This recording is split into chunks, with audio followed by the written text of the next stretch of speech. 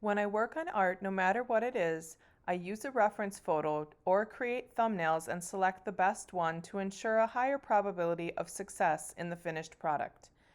When I started this looser landscape in watercolor, I created the colors I planned on using in a larger mixing tray or palette. I added water to the paint wells first and then mixed a variety of colors ranging from yellow-green to more of an olive green, which is really green and brown mixed together. In order to keep this painting loose, I did not block in the outlines of the objects I was going to paint. Rather, I painted in a similar manner to creating gesture drawings in that I used a watered-down version of the color to create the composition on my page.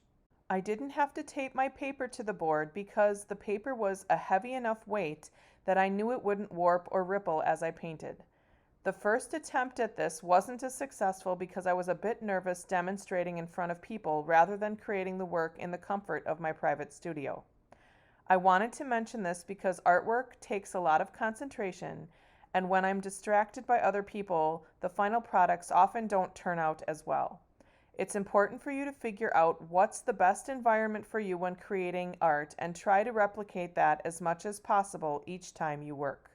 I recreated this painting in my studio several days later, which is why this video sort of seems like it's starting over.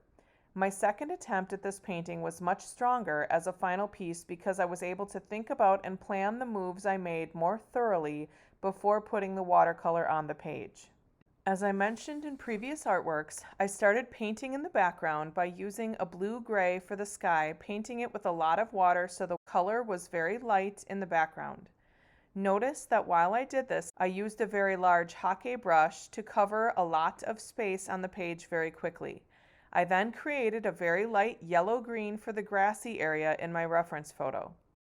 While the paint was still wet, I added salt to the grassy areas because I knew the green-laden water would be attracted to the salt on the page, helping create a simulated texture in the grass.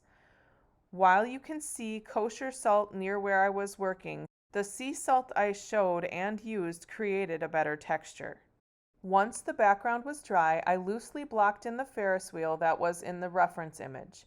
I flipped the brush in order to use the tip to create lines with the darker blue-gray.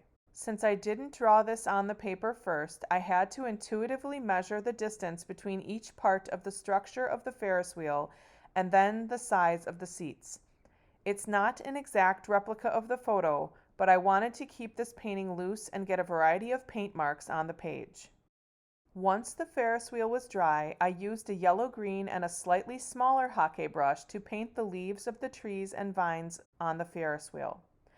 I didn't mind that the brush split a bit as I worked on these areas because it gave a more convincing leaf-type mark on the page that was more random than the wash in the background and the linear mark made for the Ferris wheel structure.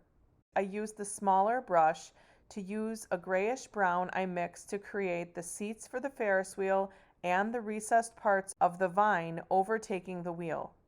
I used this color for the dirt in front of the wheel as well, and then added some salt to the wet color to help give it texture.